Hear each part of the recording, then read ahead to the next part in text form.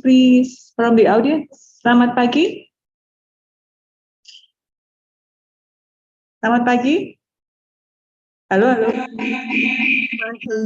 Selamat pagi. Assalamualaikum. Selamat pagi. Students, I need student voice. Where is the student now? Good morning, student. Selamat pagi, Miss. Selamat pagi, Good Miss. morning, Miss. My students here. Okay. Do you mind turning on your video? I want to see your morning face. How does it look like in the morning? So I won't be feel alone today here. Can I look your face? It doesn't matter. If you're at home, it doesn't matter. Do you mind turning on your video so that we see your face? Because most of the screen that we see is only name, so maybe some of you can turn on the video so that we can see your face, the morning face. Mbak Alfi is there. Ibu Mayang.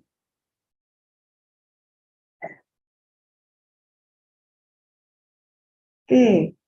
Any other students? Can I see your face, please?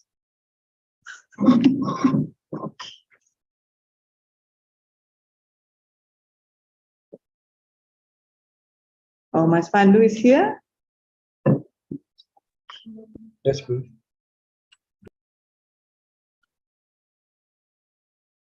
Oh, she's having breakfast. Oh, it's okay if you want to eat as long as you mute your voice. Okay, some people still trying to connect to our webinar today.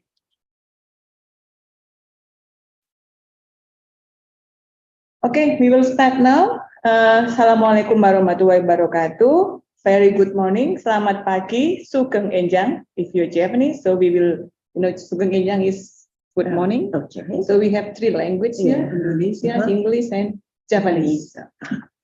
Okay. Hello everyone. Hello anak-anak. Hello students. Anak-anak students. So today we will have a webinar with Ibu Profesor Sofia P. D. Melis. Am I correct? Very correct. Ibu Sofia. So we will call you Ibu here. All right. So as a nana, we will call Ibu. Okay. So I will call Bu Mayang as Ibu as well, me as Ibu as well. So we call you Ibu. So Ibu Profesor Sofia P. D. Melis. It sounds very nice. It is nice. And today we will be accompanied by Ibu Sofia, and Ibu Sofia will share her knowledge and experience regarding digitalization to enhance performance. So she will share her knowledge, and also from here, she's from European, and she's from Department of Informatics from University of Athens in Greece. So if you feel you want to know how is digitalization in Europe, for instance, you can ask her. So she's originally from Europe, so we can use her. we can use her experience. Yes. Okay. Let me introduce my name as well. My name is Fitriati Akmila. You can call me Ibu Akmila. So I teach information system and then also accounting information system in accounting department at UII. And before we start our webinar, I would like to inform to the audience here, there are several rules that you have to follow. First, you have to mute, of course, when Ibu Sofia give her experience or lectures or sharing her knowledge. And then if you have questions, just unmute, and then you can give reaction as well. Just raise your hand to answer about some particular issue that maybe you don't understand, or maybe new issue that may arise within your own experience as a student. It is okay to use Indonesian language. I will help you to translate it. So basically it's mixed language is okay. Jadi bahasa campur-campur boleh. Even you can use she also can speak English. Sorry, she speaks three languages: Greek, and then English itself, and then French. French. So if students here want to speak French, it's okay. So basically, you can use Indonesia as well. So I will help you to translate it to Ibu Sofia. So maybe after that, she can help you to answer your questions. And then also, it is preferable for the audience to open the video so that there will be more interaction between me and the students here or other participants who join the webinar. And again, it is okay to interrupt during the presentation. So we will have 45-minute presentation from Ibu Sofia. And then after that, we will have like 60 minutes question and answer, quite long duration for question and answer. So basically, it is free to ask everything. So if you want to, silly question is also okay. I mean, very simple question is also okay, because here you have to see this occasion as a train for you, especially for the student to ask in a different language. The more experience you have, it is good for you as a student. Okay, and if you have questions, don't forget to put your names and then student number, and then from which department, from accounting, management, or maybe in ilmu ekonomi. So maybe this webinar can be seen by not only accounting student, but maybe also management or economic student. Okay, there will be 3 agenda for this webinar. First is the presentation from Ibu Sofia. She will explain more. She will give us her knowledge about digitalization to enhance the performance. And then after that, there will be question and answer. And then in the end is closing. Okay, Ibu Sofia, time is yours. You can just give your presentation. Thank you very much. Good morning, everybody. Good morning, students. Good morning, pagi, Anna. Ibu Akmila. Ibu Akmila.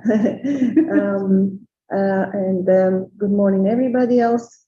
Thank you for the invitation. It is my pleasure to lecture today for your students and the other distinguished audience.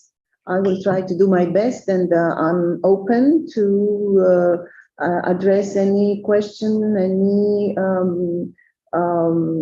clarification you would like to know, any more details about the European digital world. Please feel free to ask any question that may be interesting for you. Okay. My presentation today has to do with how digitalization can help to enhance performance. Next, please. Next one, please. Excellent. Okay. The agenda for today will be an introduction to digitalization, just to be absolutely clear of what we mean and which technologies enable the digital transformation. Now, how digitalization relates to business performance, and I will give you some indicators of performance from digitalization. Then I also have some information about Indonesians' digital performance. So how is your country, how does your country stand in this digital world? And then I will present some of my research that has to do with the impact of information technologies on economic growth and firm performance, along with some empirical evidence. And then we will be open to questions. While presenting, you may also stop, raise your hand, and ask me anything you would like me to clarify or elaborate more. Okay. We are living in a new era with regard to the digital world. And in this era, in particular, Asian economies but emerging Asian economies have been back to the path of the economic recovery. after the crisis or the pandemic, this health crisis that impacted on all sectors and it impacted on our lives. In fact, the average growth rate in 2022 it reached up to almost 6%, and it is projected to remain at about 5% in 2023, according to statistics from World Bank and IMF. Indonesia's growth rate is around 5.3%, and this is one of the highest growth rates at the moment in the Asian region. So Indonesia is at a very good path regarding overall growth, but also in other respects, industry and trade. What has made this, not yet, please. Okay.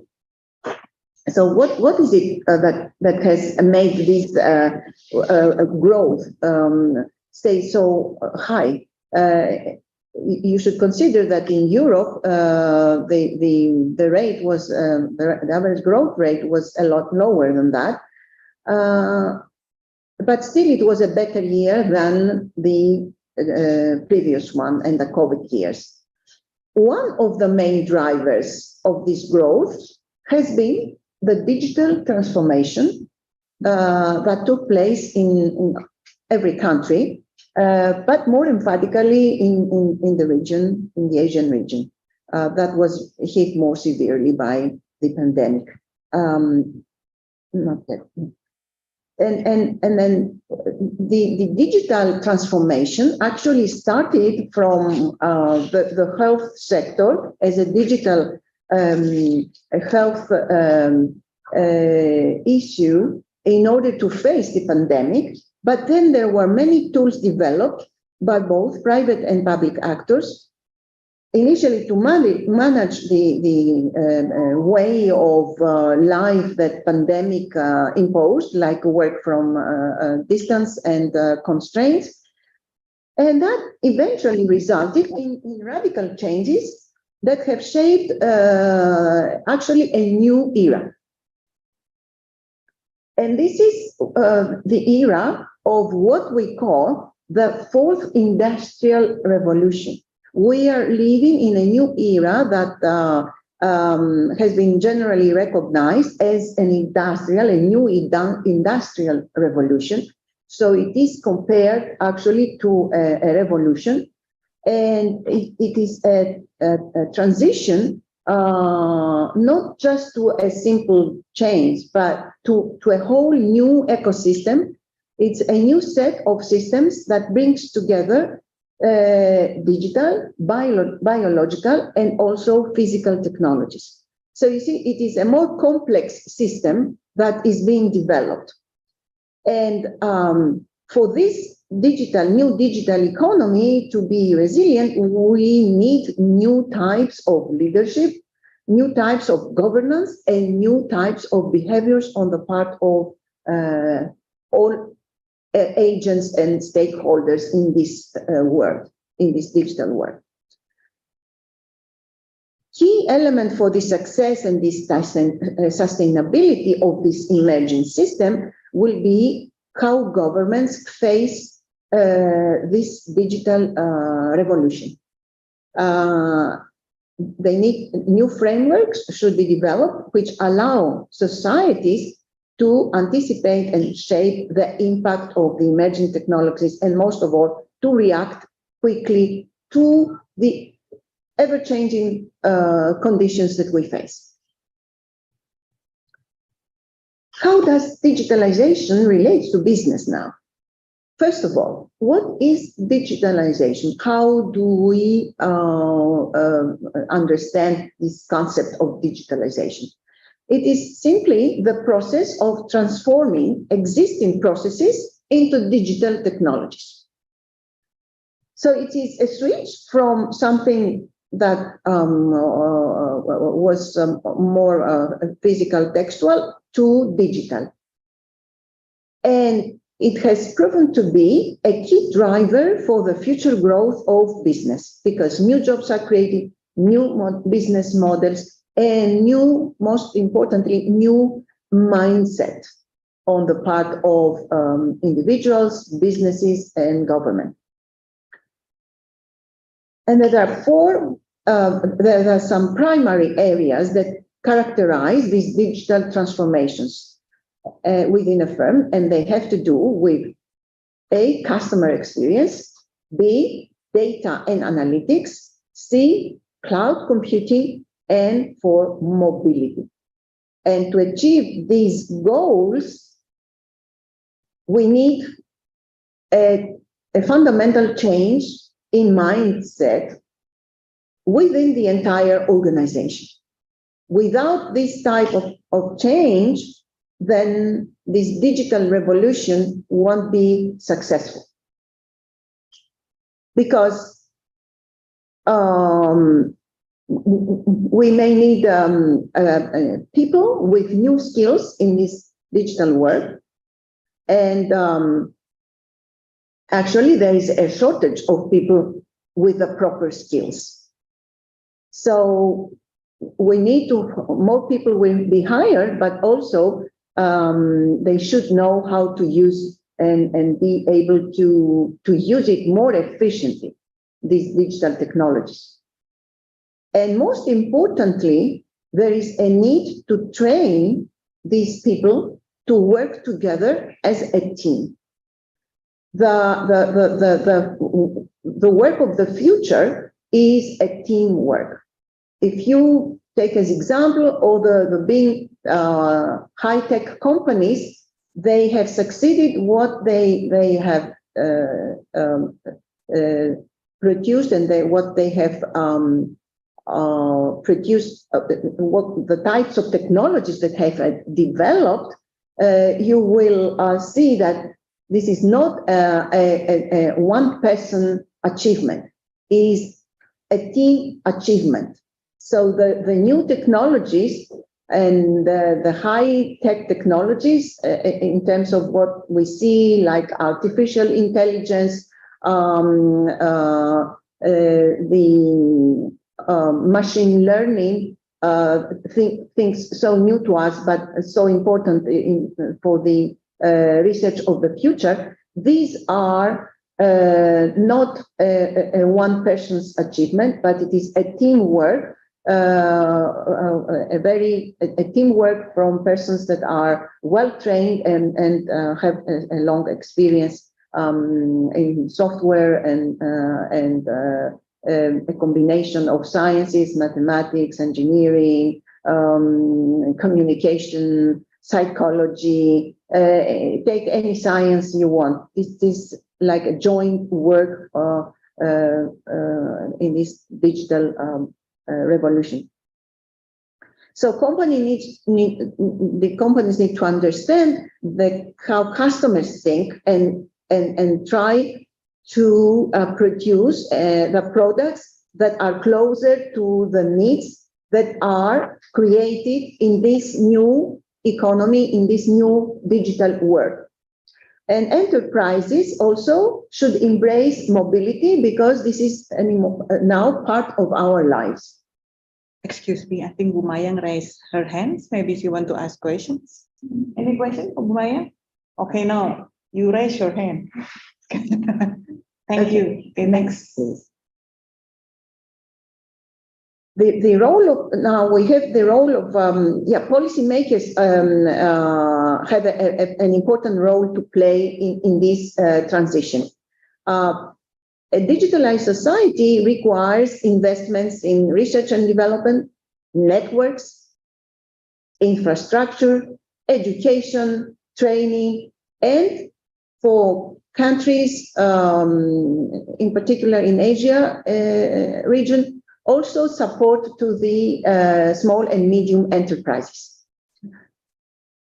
There are three important pillars.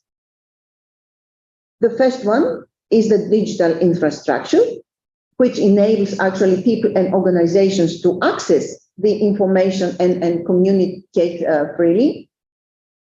an open regulation environment to allow firms to be able to compete globally, but at the same time protecting the citizens from unfair practices. And the third pillar, a modern industrial base, which will be able to create high quality jobs and innovative ideas that may keep up this pace of digitalization. Of course, nothing is achieved without also risks that are involved in the development of digitalization. There are risks and very interesting challenges to be faced. These have to do with the digital skill shortages. As I mentioned earlier, there are not sufficiently educated people to make the performance, to increase this digital performance in the business environment. So we need education and training, further education and training in this area. There are data protection issues. Researchers are working in these areas to produce new tools in order to protect the data. There is also cyber security, and these things need to be faced in the future. Now, which are the factors that enhance performance? Digitalization is a very abstract concept, which includes several elements. One important element that makes performance and enhances performance, and the theoretical and empirical research has shown that, is the internet. Strong internet can make the difference. The use of the internet to conduct business transactions nationally and internationally. This is what we call electronic commerce or e-commerce, or also I-commerce. This is the situations of buying and selling products and services online, which also requires a proper accounting system, proper logistics to embrace the new system of transactions. Actually, there are many forms of e-commerce. The most usual one are the one between manufacturer and wholesaler, the business to business, and the between business and consumer, which is the B2C. These also involve new forms of inventory management, distribution, and customer services. New models that have to do with a supply of networks and the digital services will also be developed, and these are required in order to help improve and enhance performance, business performance. These digital technologies may improve the efficiency, result in better asset utilization, faster delivery to market and customers, and improved customer services. Nevertheless, there is little empirical evidence that quantifies by how much the e-commerce can boost economic outcomes. How can we measure this enhancement, this performance? In economics, we use, in business, we use some indicators. One of the most often used indicator is productivity. There's labor productivity and also total factor productivity, which accounts not only of labor, but also of other inputs like capital and other productive resources that are involved in the production. So firms that are engaged in online activities have higher productivity and also larger exports. And this is true more in the Asia region. These are facts that have been resulted from empirical evidence using data from the Asian economies, such as like the World Bank statistics and IMF. In this setup, another important factor is platforms. Product platforms has proven to be very essential, because platforms, through their network effects, have a higher potential to increase these benefits of e-commerce. But also infrastructure and delivery services are required in order for these benefits to be reaped. Firms engaged in e-commerce also have higher labor productivity. Some facts are that, for example, in Asia, the e-commerce firms are on average 50% more productive than other firms, and also export 40% more than non-e-commerce firms. Therefore, there is a very high potential for e-commerce to promote, to increase further productivity, and in particular by promoting the cross-border trade. Why platforms are so important? Platforms can magnify the benefits, but at the same time, they raise competition issues. They can create positive externalities, increase competition within the market, and also they can create a pressure for lower prices, which is good for consumers, because they may result in reduced search costs. Externalities and network effects, just a parenthesis here, these are economic terms, but they are very important factors of the information goods. So it's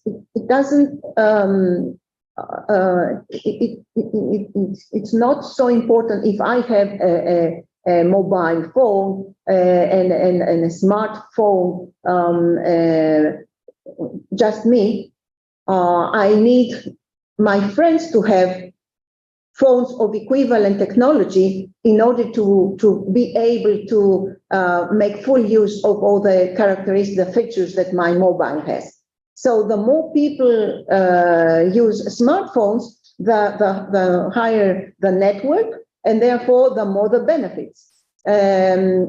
So it's not enough that I have data and high-speed internet, but it's more important than more other people. A higher network of people have the same facilities for these digital benefits to be higher and to expand. These are the positive externalities, and these are the network effects. What about the speedity? The speedity of the network, is it important or not? Internet of course, yes, of course it is. So if I am in an area that the internet is not high, the speed is not high enough, it doesn't pay the fact that I have the smartest iPhone. Platform with infrastructure then. Yes, infrastructure, of course. Infrastructure, that's the first factor I mentioned earlier. Infrastructure. Any question from students? If you want to interrupt, it's okay for you if you want to interrupt. Okay. All right. A broader geographical reach of suppliers and savings in supply chain management. For instance, a report by the Heinrich Foundation highlights that about 12% of global goods traded is now conducted via international e-commerce. and driven by platforms such as the Alibaba in your area, Amazon, eBay, Flipkart, and Rakuten. Maybe if Indonesia, maybe we have like Tokopedia. Tokopedia, okay, then I should add it there. Yeah, Tokopedia, and then. And I think I read that the Tokopedia is a very innovative yes, Tokopedia is platform. I mean, as a national platform, it Yeah. is very famous. So Okay.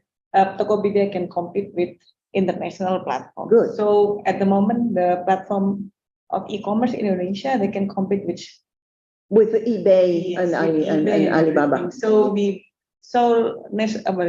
Indonesian platform can lead their own market. That's a very promising, very promising. Okay, next. Yes. Just a figure to show you this interconnection between platforms, buyers, sellers, and the networks. And this is more or less exactly what I already discussed earlier. So you can also go and in this reference I have and then study more if you wish. Within this setup, the legal and institutional environment are also important factors to make these benefits, digital benefits, positive, because we may also have some negative effects when the legal institutional environment is not proper. If we have an absence of, and this is actually the situation, laws to regulate the environment, then this may be may have negative effects on the e-commerce. So it is important that proper regulation is exercised by the government, enacting appropriate legislative and regulatory mechanisms which can lower legal barriers to the use of e-commerce and raise the consumer confidence are also important for cross-border transactions as well. And also enacting laws, establishing enforcement mechanisms, such as, for example, the capacity to address anti-competitive practices. These are important factors to support further the development of e-commerce. So the security will be from the infrastructure itself, and then yes, the government support in terms of the laws, proper laws, and proper punishment whenever these security laws are trespassed and violated. Okay, so it should be from both sides. Yeah. What about the case of Indonesia? It was a positive surprise to me that Indonesia is on the fastest growth path within the area and in the area of emerging economies, Asian economies. It has witnessed tremendous growth of online commerce in recent years. Maybe one reason and an outcome of that is that the development of this platform that you mentioned. There's a good digital ecosystem developed. And many people here. Yeah. Many citizens here. Yeah. And maybe culture itself. And culture itself. Okay. So I have some facts, for example, that you should be also aware, and it was, as I mentioned, a very positive surprise to me. Between 2014 and 2017, the share of Indonesian online sales in total retail sales, they quadrupled. So they increased 4 times, from 1% to reach almost 3%. Online sales increased by more than 20%. The number of mobile internet users by 21%. And the size of the bandwidth per user and the average connection speed maybe low compared to mobile data, but then these are adequately cheap, I think, in Indonesia, and about half the price of other country members of the Asian Association. Also, the share of digitally active users in the banked population, those using banks, it has increased, and the average consumer is making a lot more transactions nowadays by smartphone than what he did 3 years ago. And students have contributed to this. A large part of this is students around Indonesia. Because they are really close to technology. Yes, they always. They are at their age with technology. Yes, technology is for the youth. Further, well, on one hand, we had the positive things, but there are still some negative things.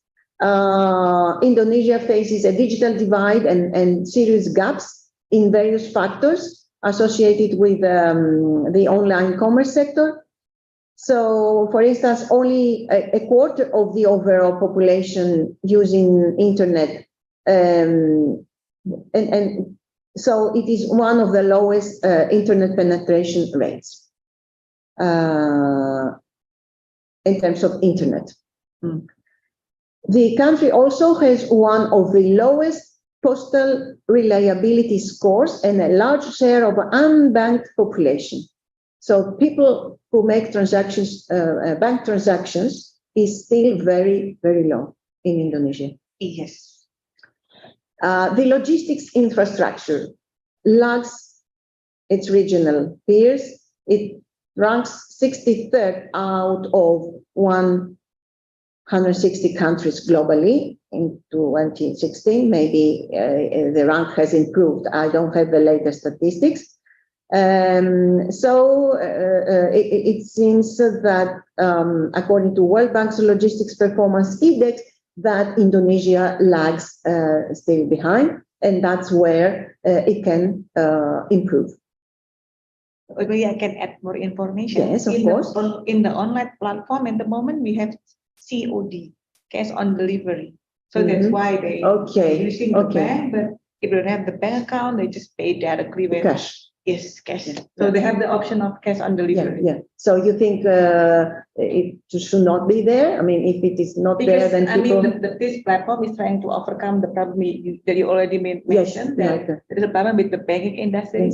Yes. I mean, due to a number of customers in Indonesia, then the platform enables them to do that. Yes, but I think they should reduce it so that they force people to use the to have a banking account and use more the transaction, the online transaction. Yes, maybe in the future. Yeah. So only half of the population has access to financial services. Yeah. It's a large amount share. And it lags behind other neighboring countries like Malaysia and Thailand, where 80% of the population has access to financial services. So Indonesia should make an effort to reach this and compete with these countries, because in other terms, in terms of growth, nowadays it competes more than Malaysia and Thailand. Its growth is higher in terms of output. Is it not? What about the geographical condition? Does it also have an? Yes, everything has to a role to play. The fact that Indonesia is an island country, of course, that creates more problems in its other type of infrastructure, which may be more expensive to be implemented. I understand there are these serious barriers that maybe it delays the improvement, but I'm sure it will come. This is a web graph, as you see it. It's like a web, and I like these web graphs because they summarize the whole picture of a country. And we have a comparison between Indonesia and the Asian, Median Asian region. And we see that Indonesia competes very well in all the indicators. I have several indicators there. At the top, we have productivity, technology, and innovation, where Indonesia competes more than the Median Asian region.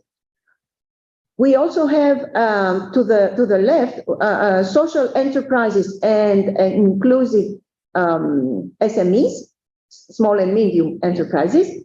Again, a better performance, and an even better performance in entrepreneurial education and skills. We see that it outperforms the median Asian economies. So Indonesia is doing very well there. In legislation, regulation, and tax, it's about the same. The one at the end, it is, I cannot read it, a little bit higher, my, Already bigger. let me see. Okay, let me see. It is institutional framework. Okay, institutional framework is about the same. So its position, Indonesia's position, it's at the same level as a little bit higher, or almost the same as the other economies.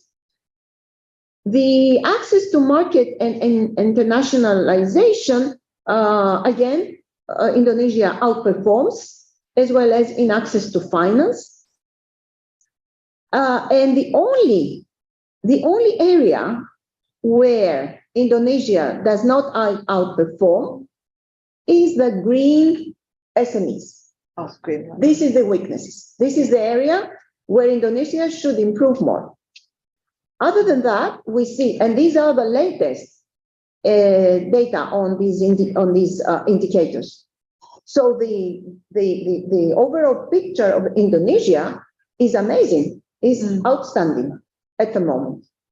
Yeah, because I think it's easy to, I mean, here, being independent here is very easy. Okay. Yeah, apparently, yes, there has been a good legislation also. Barriers are not so strong. Yes. So it seems that there has been a lot of progress in this area from the part of the government policy makers to encourage SMEs. Yes. But there is a weakness in terms of green policies. So government should do better in implementing green policies, providing incentives for SMEs to develop more green business. So green means connected with the waste management. Yes, climate change, waste, no trash, better recycling, all green initiatives. Okay, so green initiatives. The meaning of green, guys. So green can be means everything related to the nature. So everything comes back nature to nature and climate. Yeah, nature and climate. Yeah. Okay, next. What are the prospects? Well, in order for Indonesia to overcome the challenges that we discussed earlier, priority actions are needed, such as expanding the quality internet coverage to reduce the digital divide. So there is a digital divide between some islands, like perhaps Java, that is the most populated and has the better infrastructure than other islands. Now these islands have to also be developed digitally in the future. Expand reliable logistics infrastructure for pickups and deliveries. Leverage the rise of e-commerce to further expand cashless payments. See? So this has to be expanded, the cashless part, and support lending, especially to smaller enterprises. So financing smaller enterprises also needs to be developed more. Enhance human capital to meet the demand of talent from the emerging digital sector and encouraging the SMEs to go online, in particular through online marketplaces. Now, I could stop here. What time is it? Do I have time? Because then I have some of my research to show. So depending on the time we have, maybe we can ask the audience first. Yes, and then if yes, we have time yes. left, we can add more information. Okay, guys. Before you have a questions, I will tell you more about Ibu Sofia. So Ibu Sofia she's a professor. She's a very good lecturer, and she must be very, very clever. As you can see here, she has 2 BAs. So. We all, in particular, I find all students, they are so smart. Yeah. But they just need to find the areas that are more interesting to them. Yes. The areas that making this work more challenging. Yes. So here, as I can see from her CV, yes. So if you have double degree, it's okay, because she took 2 degrees for her undergrad degree for BA. So she has economics and then political science, all in Greece. And then in 1985, she took her MA degree in USA, in University of Pittsburgh, and also her PhD in 1987. And then she has many experiences here. So as long as you can find the experience, just go for that. That's what I learned from her CV. She has been a visiting professor in many universities, and we are lucky now to have her here. So use this time to ask questions, because she has many information for you. Don't just waste your time here coming and just be quiet, but ask her. Okay, she also here many universities that she already visits, like University of Indianapolis in USA in 2008, and then University of Sydney in 2011, and then University of Pittsburgh in 2015, and then University of Cordoba, Argentina, Latin America. Yeah, in Latin America in 2015, and currently at UII, 2023. So she's coming here to see you. So then she needs your voice. And then there are many publications that she made, 5 paper books, and then 37 papers in reputable journals. So she likes writing a lot. Yes, and then she published many proceedings in a conference paper. And then, she of course she make a book in Greek. So then we need her help to translate it. At least 6 books in Greek, and most of them in time series analysis and forecast. Yes, I'm an applied economist, so my expertise is in econometrics. Yeah. Maybe it's a scary term, because econometrics means how you measure the economy. It's a Greek term, actually. Yeah. Oh, really? Yes, econometrics. Oh, econometria is our. Many of the terms, economic and terms in mathematics, also science, they are Greek terms. Yeah. Yeah. And then there are many papers that she made, 15 papers, and then 17 research projects. And guys, this is 10 pages for all her curriculum. Thank you so much. This is her story, the summary of her story. Okay, guys, any questions? Okay, there's a question over there. Okay, let me open the chat first. Kok nggak bisa kelihatan ya chatnya? We have the previous slide on where the challenge is. The previous slide on. Okay. Now it's this. Okay, boleh bertanya bahasa Indonesia? Tidak apa-apa. Jadi ini intinya itu digitalization is happening everywhere, and Indonesia is a grow market. Kita itu termasuk pasar yang besar. Jadi kita tuh pasar yang besar, kemudian di ASEAN kita juga nggak ketinggalan zaman. Dan kita termasuk yang diperhitungkan karena apa?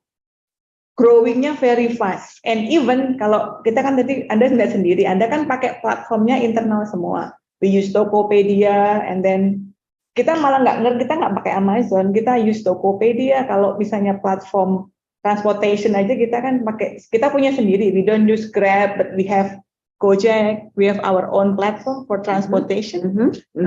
Nah, coba Anda nanya, Anda boleh bertanya di sini. Oke, baru satu. Nanti kalau bertanya ada giveaway. There will be a present for you from the accounting department 100.000 ya. Dapat e-wallet 100.000 lumayan untuk beli kuota, internet kuota. So the student will for those who have a good questions, I will pick it 5 of them, and then they will the department will give them a present. Oh, nice. E-wallet. So, wow. So student will get 100,000. It's getting exciting. Yeah. At least they can use it for buying the internet quota. Yeah, that's right. Okay, first question from Maisa Zarfahana. Okay, Mbak Maisa. Okay, are you from accounting, Mbak? Okay, Mbak Maisa is from accounting. Indonesia been very developed and in the statement that putting a mindset for user is very important. In what way can this mindset be instilled? Because people in Indonesia have trust issue and think, how put into the people mindset that everything now is being digitalized. Yes, and that's a very good question. Because some people thought, let's say for the old generation, maybe it's not really that old, but digitalization is complicated. And then you have to talk with the machine. Sometimes they need the rules. Sequencing. Well, I have found myself in that position several times. and I give you an example. That I coming here, I was told by a friend to use an eSIM. If you don't know, that's a very new thing and it's very useful. So you have your phone and you don't have to take out the existing SIM and put the Indonesian SIM. You can leave the phone, you can have your own SIM and just create an eSIM. And there are a couple of companies that have developed that.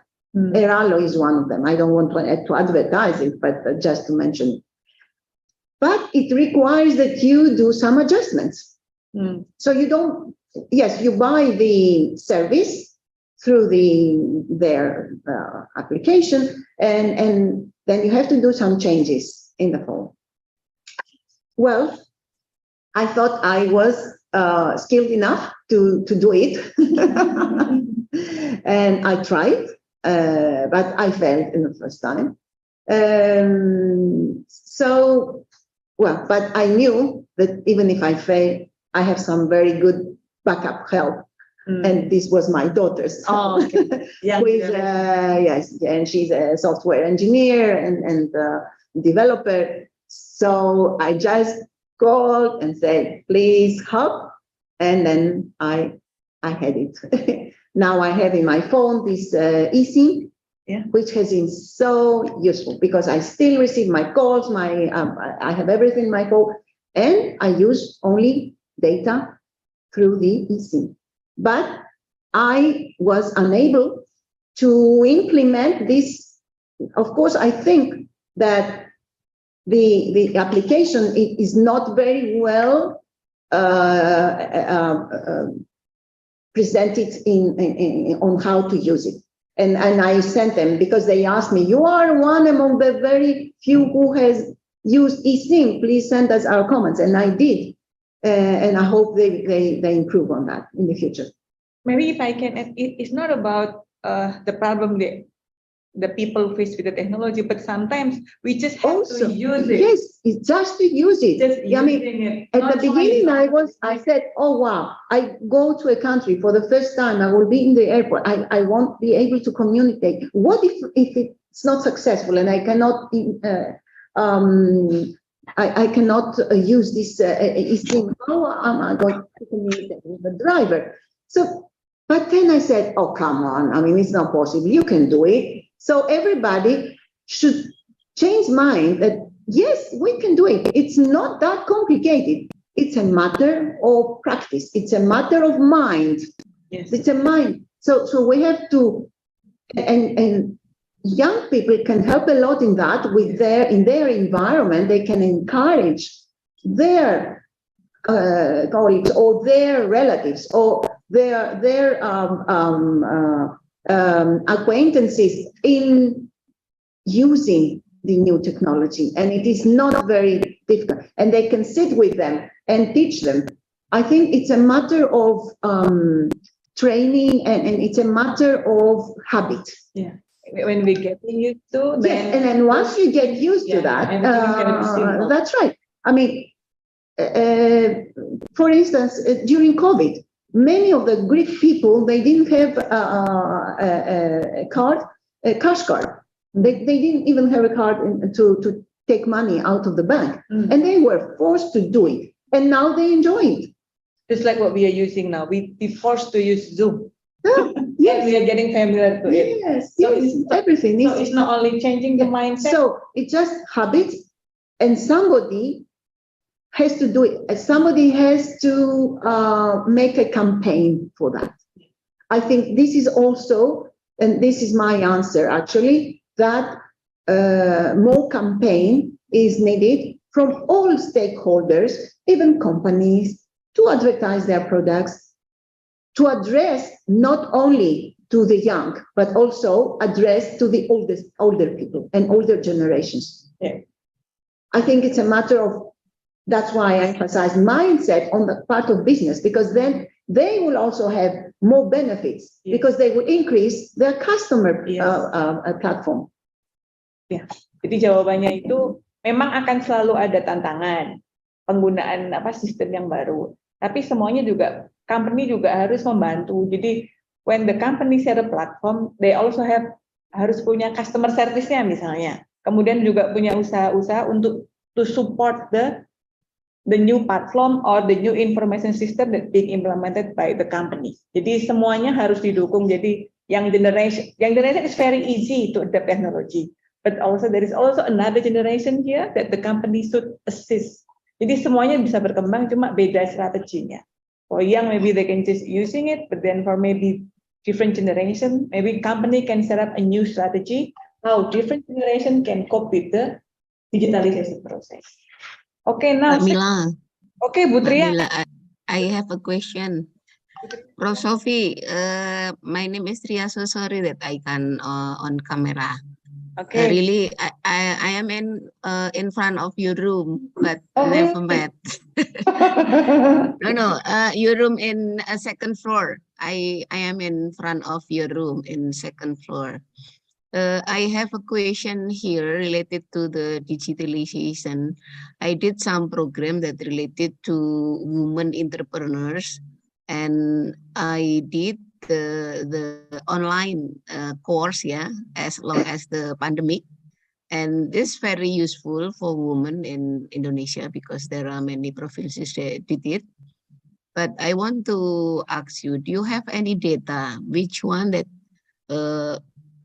more powerful between women and men in this business?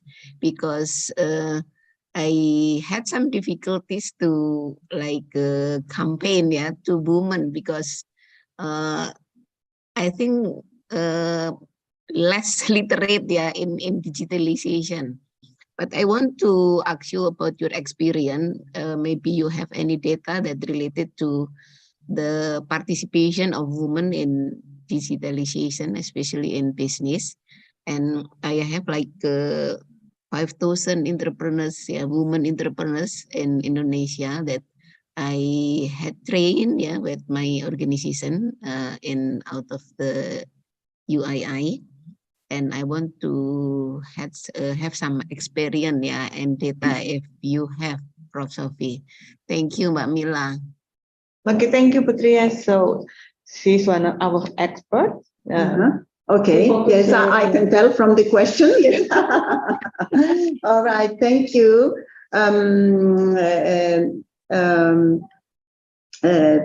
Thank you very much for this interesting question. You are right, it's very hard to find data on the digital level of women and on the digital gap between men and women. So actually we have two types of gaps. We have a digital gap between countries, but here we're talking about digital gap, what I call a gender digital gap, digital gap between men and women. There are no data documented in the official statistics, like in international databases like World Bank or IMF. There are no data on women participation and on women's digital level as opposed to men. I'm very glad that you are working in this area. Actually, I have submitted a proposal with this topic, the gender digital divide in Europe, and I still wait for funding. So everything, since there are no official data, when for someone to undertake this research, has to go by interviewing or gathering raw data. As you said, you have 5,000 women entrepreneurs and perhaps from the university. So perhaps you can extend this research in other universities and in other companies and gather a sample for your research. That's what we are thinking of doing, because in the meantime, we don't see any initiative in the EU, for example, where my interests are about this gender divide, digital gender divide. So hopefully we'll have some more data in the future. And what is interesting here, and I asked the information department on campus to provide me data of how many women enroll and graduate from the information systems department and computer science departments. So we need to start by providing incentives for women in education first, because how can you close this gap by giving more incentives for women, educating them properly to face the competition in the market in this digital world. So we need to gather more data. This is ongoing research, and I will be very glad to see your results and your research. Thank you. Thank you, Prof. Sophie. Mbak Mila. Okay, there is another question. Oh, from Bu Mayang. Bu Mayang asking a question. Okay, based on your review, what is your opinion on the prospect of the development of the role of the digitalization in Indonesia among SMEs? Or even entrepreneurs at micro levels, and what the government should do in order to improve the ability of the new entrepreneurs at the small and micro level, for improvement in digitalization. Is it in Indonesia situation then? For Indonesia, yes, yes, for Indonesia.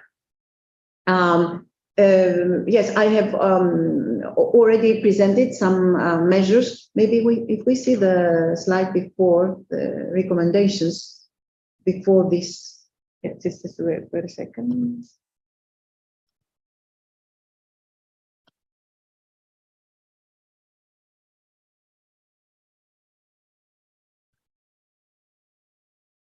Going back, just one slide back. I can't. Just no, cannot move. no. Okay. No, it doesn't matter. It's okay. Well, yes, SMEs is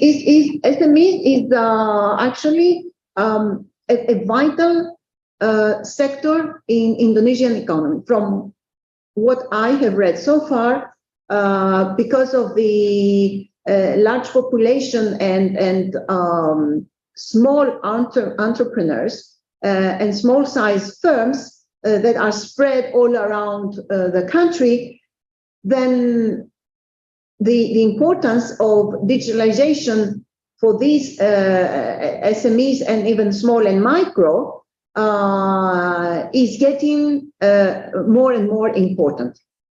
How can that happen? I think by also when we see an improvement in infrastructure, yes, when once infrastructure is improved and broadband technology, these new technologies, when we have better digital transformations, then we are going to see a higher development of the SMEs, also the micro or small and micro enterprises, micro firms. So infrastructure plays a more important role for these firms because they don't have the funds also to go ahead with proper digitalization transformations. How can the government? I think government has realized that, and from what I read, one of the main objectives for the future is to provide more funding for SMEs and also to encourage them in other regions, less populated regions. And at the moment, the government also trying to build new roads, free access, like jalan tol, we call it here. Yeah. Freeway access. Freeway access, yes. Used to be very, very limited. Only in Java Island, we have like a freeway, but now at the moment, we have in Sumatra. So now there is spirit of logistics. Well, infrastructure will help the digital development and growth of the country among all sectors. But in particular for SMEs, the focus is on other issues which have to do with funding, because small firms cannot raise funds. When you are small and you go and ask for a loan, the bank will hesitate because there is a higher risk for the small one to go bankrupt, to fail. Therefore, banks should be also persuaded that under the new projects, infrastructure projects that the government is implementing, that the prospects are better for the SMEs, and therefore it's less risky. Like microfinance? Yes, microfinancing. Lending with loans. You know, if you want to create new platforms, if you want to change your system, new logistics, new accounting techniques, because digitalization doesn't mean only that you buy the software. It means that of how you use the software, where you have the proper skills and the proper people to use it efficiently.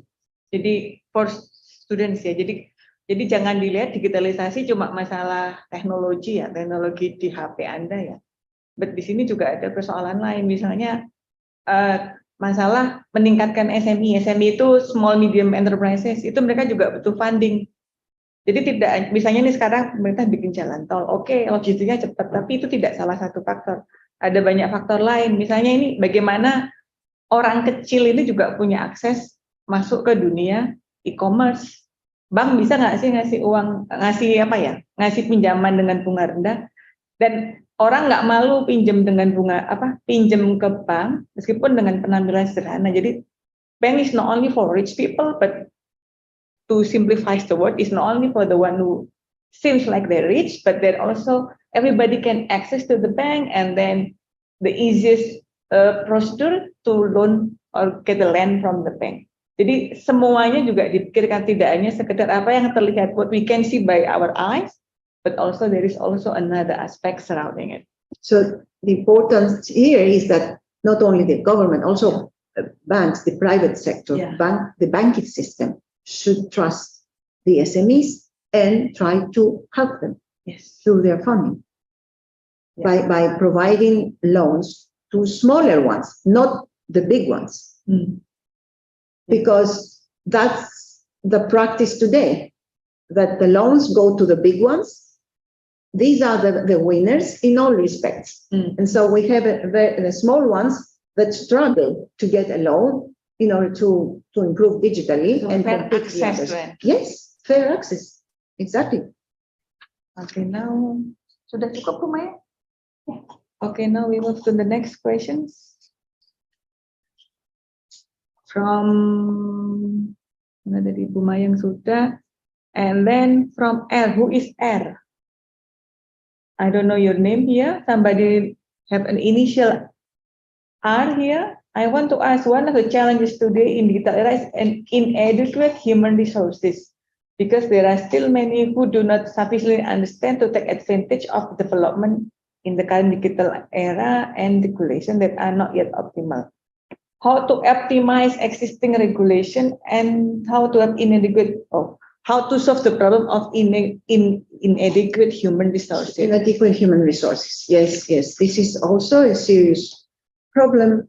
How you increase the human resources by encouraging or also creating proper educational system. And so here the importance and the focus is on education.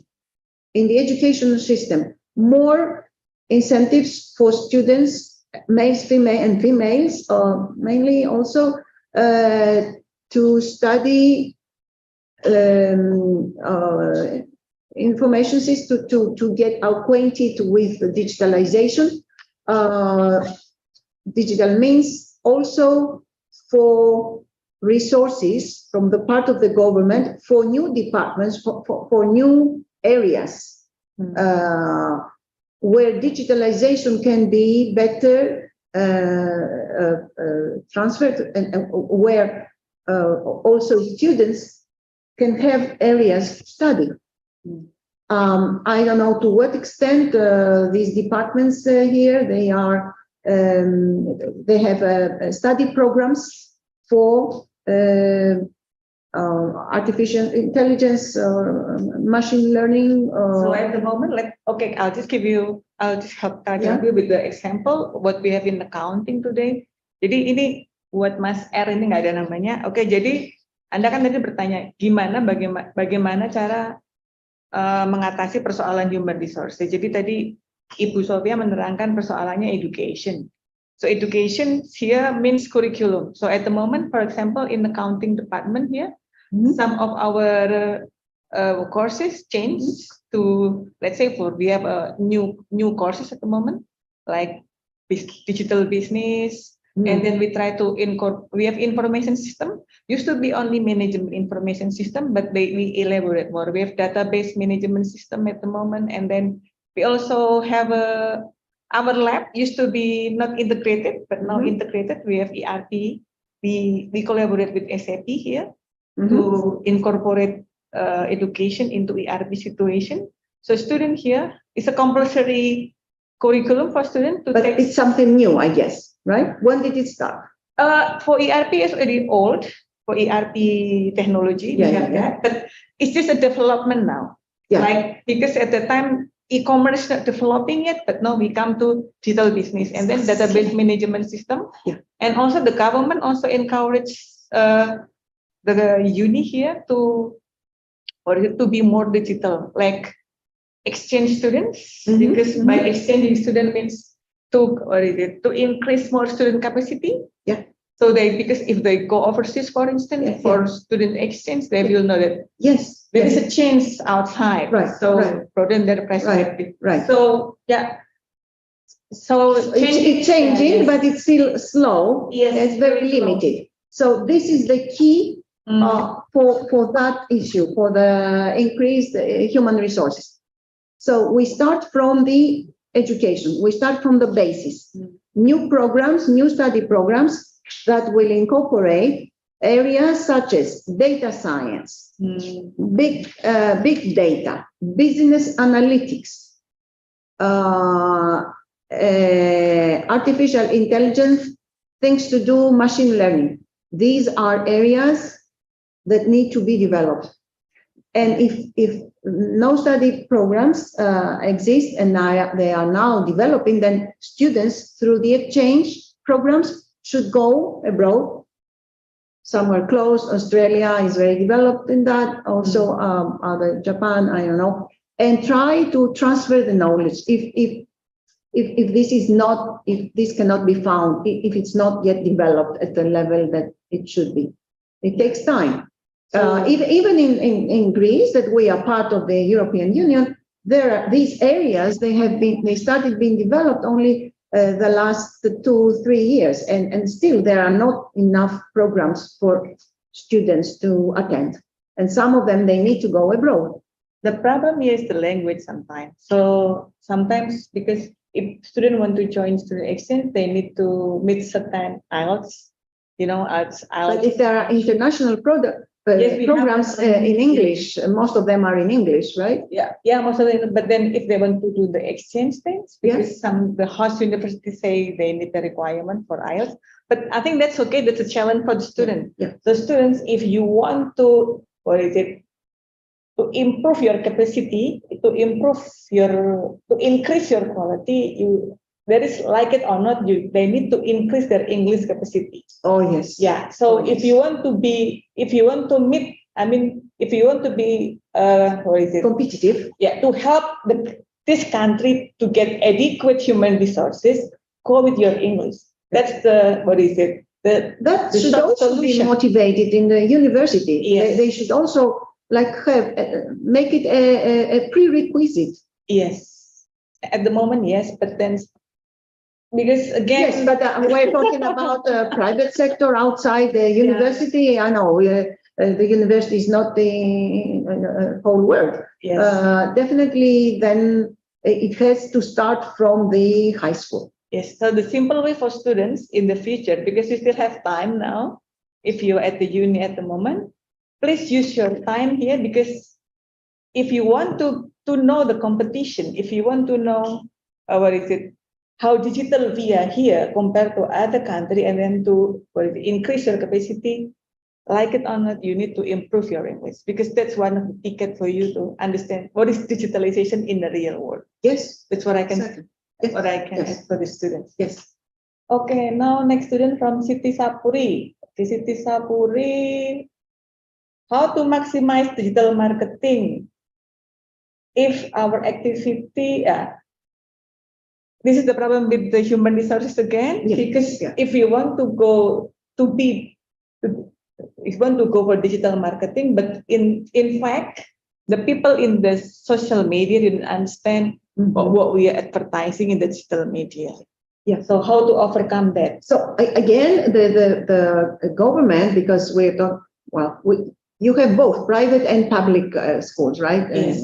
Universities. So in the government may also show the example by funding study programs that incorporate more digital technologies, that are, and also they provide a curriculum that could support the new digital areas.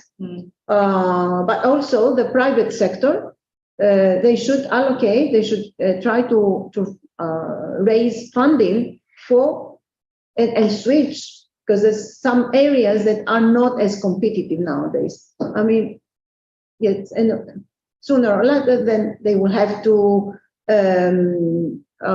stop being offered. So we are moving on an advanced digital world, and so the education system has also to adapt to this philosophy. Jadi jawabannya itu perubahan sistem education system. But in fact, we still have trouble in Indonesia. Is the literacy is very low here. The literacy. Literature. Sorry, I mean here the reading. What is it? I'm confused now. Okay. The problem here is the reading habits. Yeah. Okay, so there is a literacy. Yeah, illiteracy. There is a high illiteracy in the population. Yeah. Okay. For young people, maybe they read, but not maybe different. But digital illiteracy. Yes. You're talking about digital illiteracy. Yes. Not adequate knowledge of how to deal with digital world, right? Yes. Digital means. So then the last question now.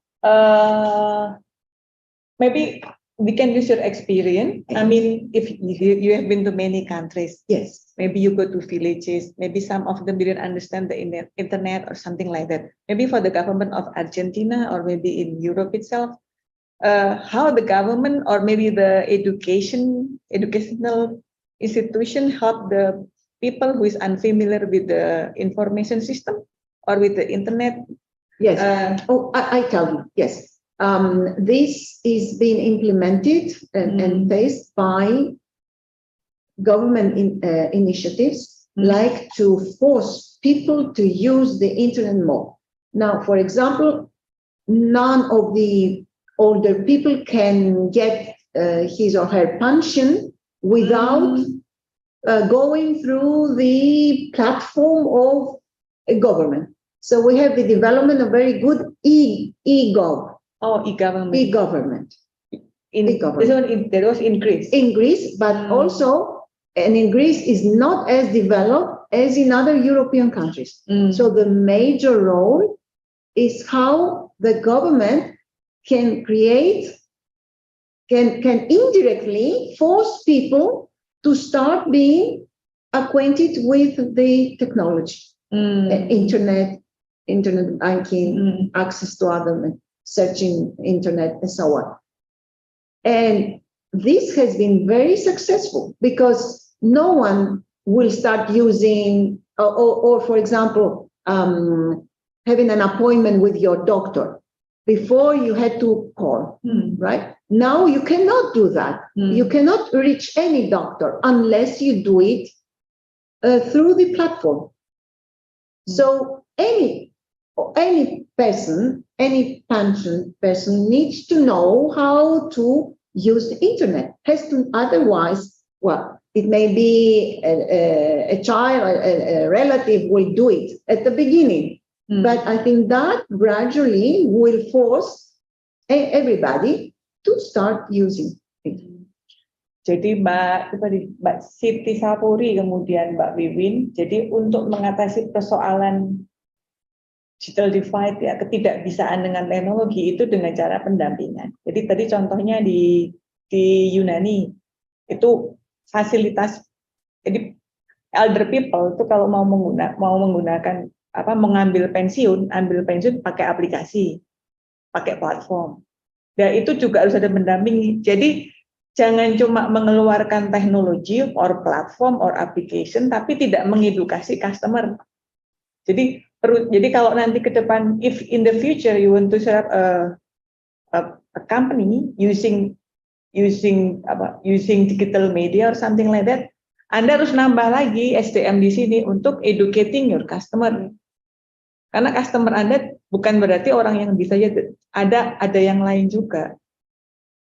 Jadi, so what I'm trying to tell them is that when they set up a business, it's not only just making the platform, but here you need to have a support the customers, how to attract the customers to use the platform. Yes, because your customer is not only young, but there is also another generation that needs assistance. Yes. So they have to grasp all the market, but also it's not only just get the way to get the market here is also providing a system here to make the market know you.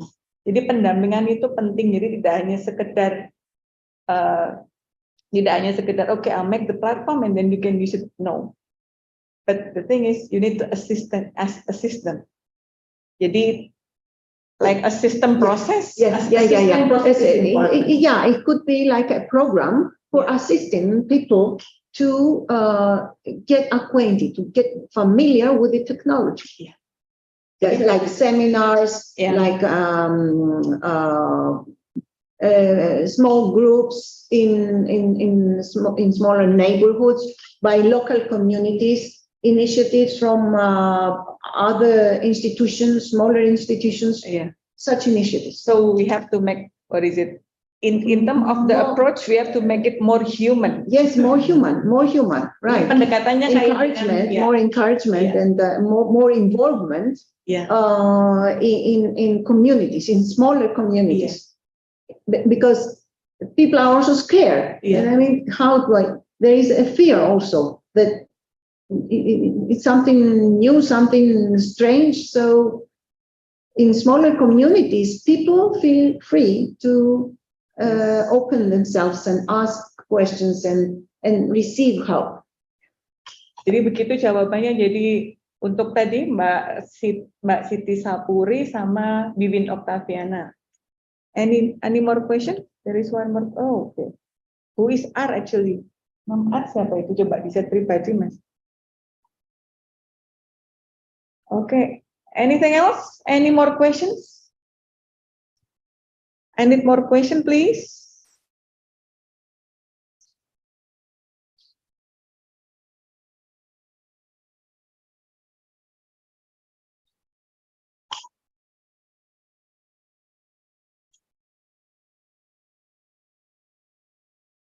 Okay, could you please tell your name and then your student number? Okay, any other students? Okay, one of the requirement for being digital is it is required for students to be active in a seminar situation. Now, could you please ask question? Normally passive. Sometimes in the class I have to point at students. Okay, So- yes, that's what I'm doing very often. Yes, you have to pick them. Yes, I need to pick one of student here. Okay, student, you can speak broken English here. It's okay. English is not our language, so don't worry making mistake. Even me, I make mistake as well. Okay, student, I still need at least 2 questions here. Are there Oh, any Ronaldo, differences? There is yeah. one here. Okay. Are there any differences found when digitalization is applied in Greece or countries in Europe with its application in Indonesia? Yeah. Any differences? Yeah.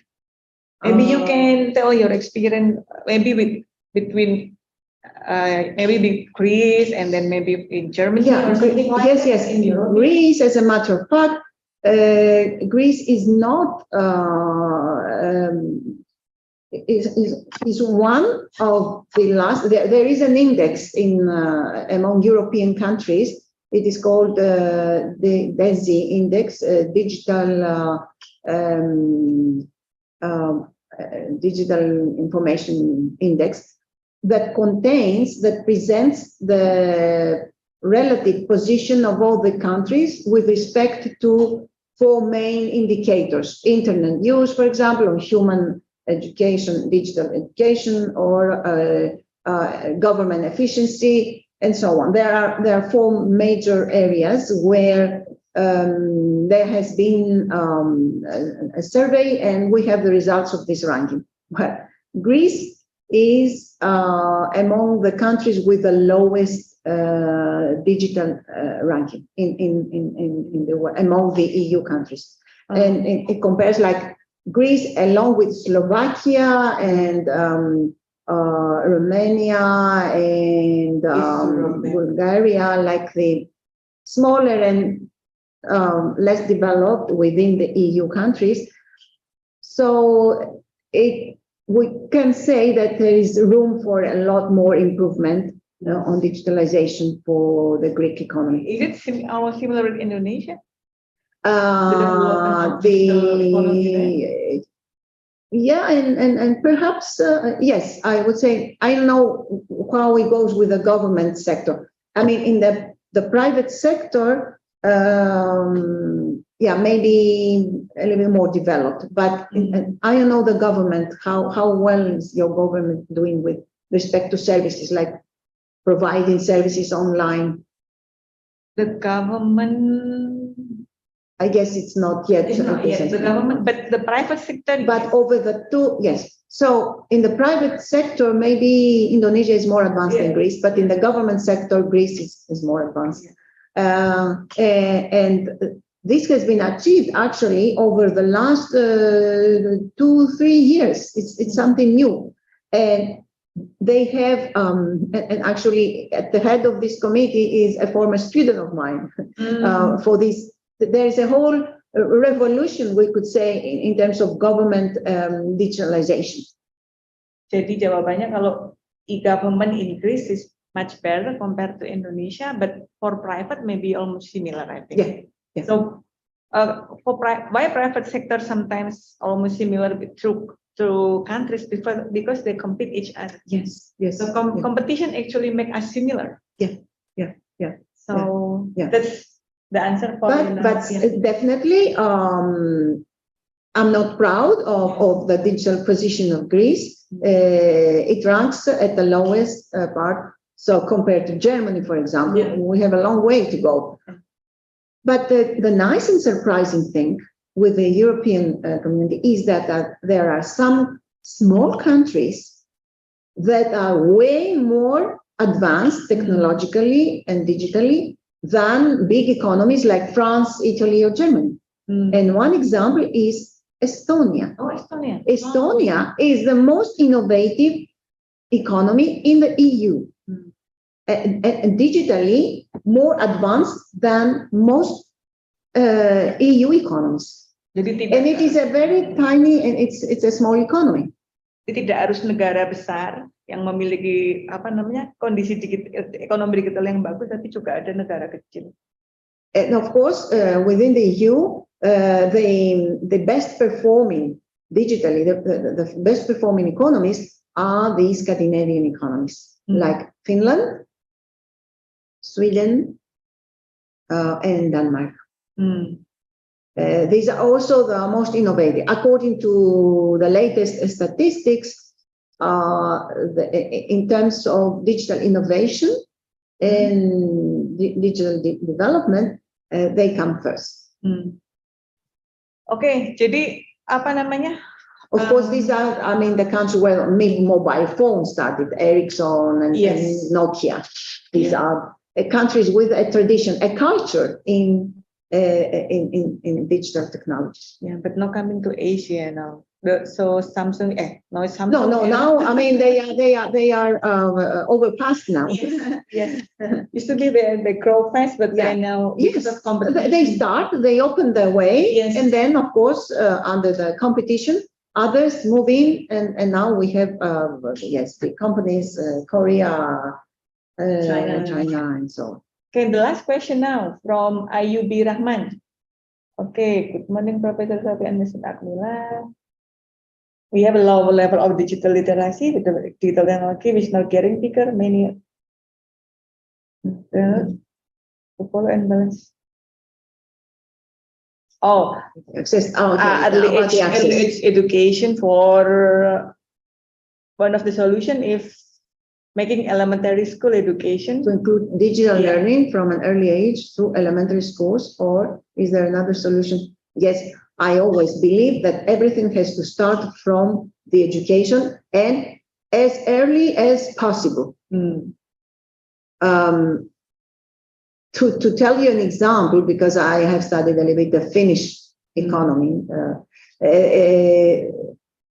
it has been like 5 years ago that they already started using the iPad at school.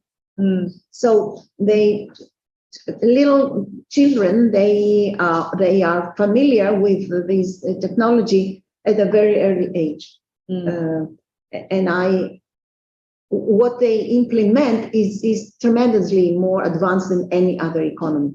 So, but they start very early. On the other hand, there are these the other aspects of how early you can start allowing your child to use an iPhone, to use a mobile, or these are issues that other scientists need to to research and provide us with, and we don't know what the impact will be, but for the moment, we will see the consequences later. But the trend is towards using the digital learning techniques from a very early age. Yeah, but sometimes what I'm afraid is that the social media. The social media, yes, Yeah. this So early for the students. this leaves out areas for further research. I mean, yes, that's where this is where scientists need to innovate more, like security issues, cyber, yes, wars, and so on. Jadi untuk yang elementary education, it is very important, but masih jadi debate, masih jadi perdebatan kapan usia yang tepat. Karena kadang-kadang we will trap into social media sometimes, which is more interesting.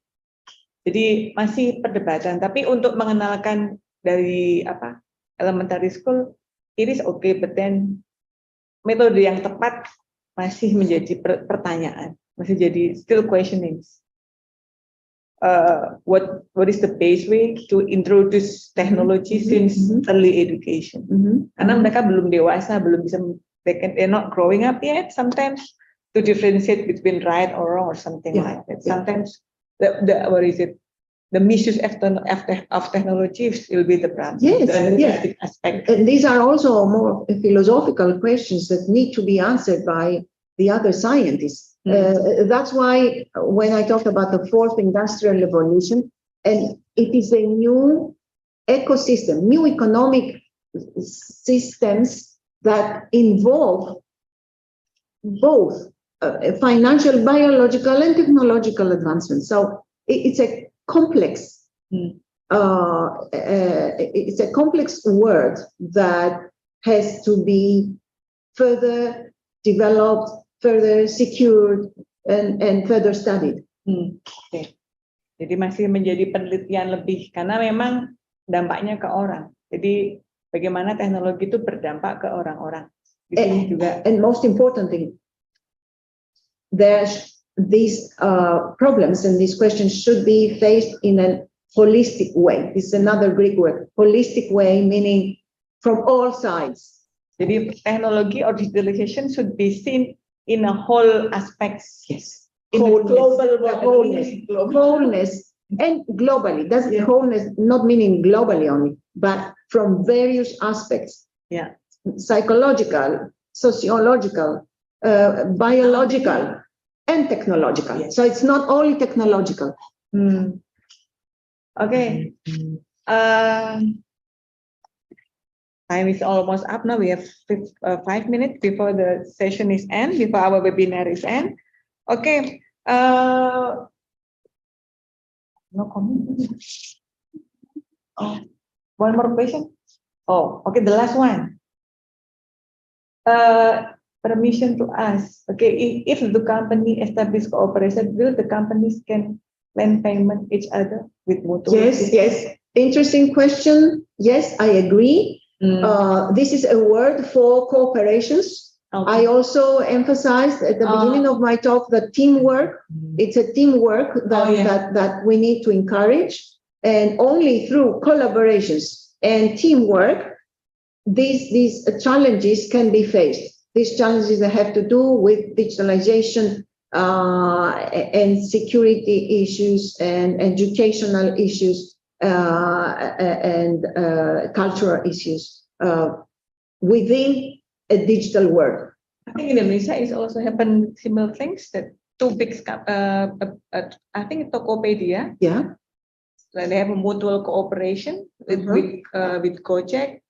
Because again, Gojek need funding from a big company. Okay. So that's why. Merging. They do merges.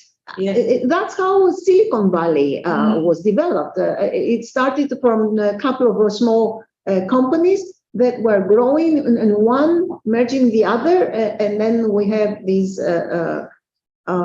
multinational companies. Jadi teamwork itu bukan berarti kita teman-teman kumpul, enggak, tapi kalau sudah in a big world itu apa namanya? Kalau misalnya mutual support itu atau kerjasama itu sudah antar perusahaan. Makanya ada merge, ada perusahaan bergabung menjadi satu, saling kasih modal itu karena untuk seperti itu, untuk mengatasi persoalan dana juga. Because digitalization is funding. Jadi kalau ada big corporation they have fund and they want to invest more, then they will make cooperation with each other. Because company wants profit. If they can gain more, then they will do their efforts to get more profit.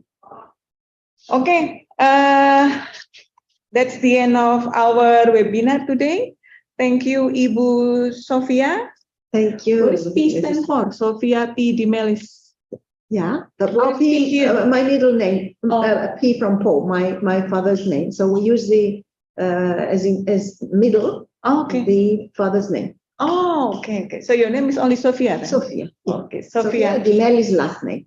Oh, okay. First name is Sophia. Dimelis my last name. Okay, so terima kasih Ibu Sofia for your presentation here, and then the way you share the knowledge. It provides some feedback regarding on what we have to think about for the future prospect of this digital world, the digital divide, and how we can also solve these issues and making this digital world being developed more equally, more inclusive. I think this is also part of accounting department, accounting department effort for the students to make the student more understand about what is digitalization, as we know that there is a problem. Jadi in students understanding what is digitalization.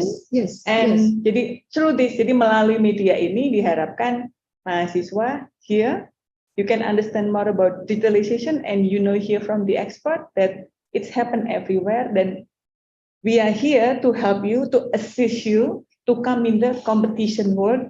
That, as she explained before, that being digitalization means we need more human resources. We need more human with high capacity of getting a good network, get a good communication of English. So this is part of it. So we are here to support you, to assist you to come into the digital world. Okay. Do I have to announce the winner today? There will be 5 giveaway for the winner. Once I announce the winner, please contact accounting department and they will give you the e-wallet. We don't have a cash at the moment because we are being digital. Yes, a good start. Yes. Yes, this is part of education as well. Giving you e-wallet, giving you e-money. We don't like cash anymore. We like e-wallet. We like e-money. Okay, we have 5 students here. The first one is the first question from the first SS. Some students sometimes didn't put their name and the student number. This is my problem now. Okay, let me try, but then okay. Rifa Rahadatul IC. Okay, Rifa, you can contact Prodi Akuntansi to get your e-money, and then you have to use it for e-commerce. And then Renaldi Risco, please mention your student number and then contact to accounting department. And then IUB 2001 student, 2001 students. And then only 5 students. And then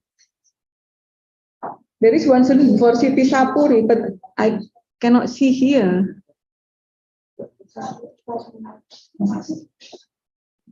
Okay, still three, and then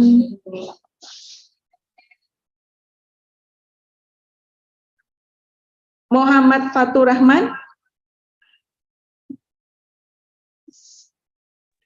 There is a good question from the first one, from the first. I couldn't see it here. Mas bisa dilihat nggak yang pertama tadi nanya? Ini nggak bisa di chat room. Yang pertama. Okay, Maisa. Okay, Maisa Sarfahana. So there are 5 students here.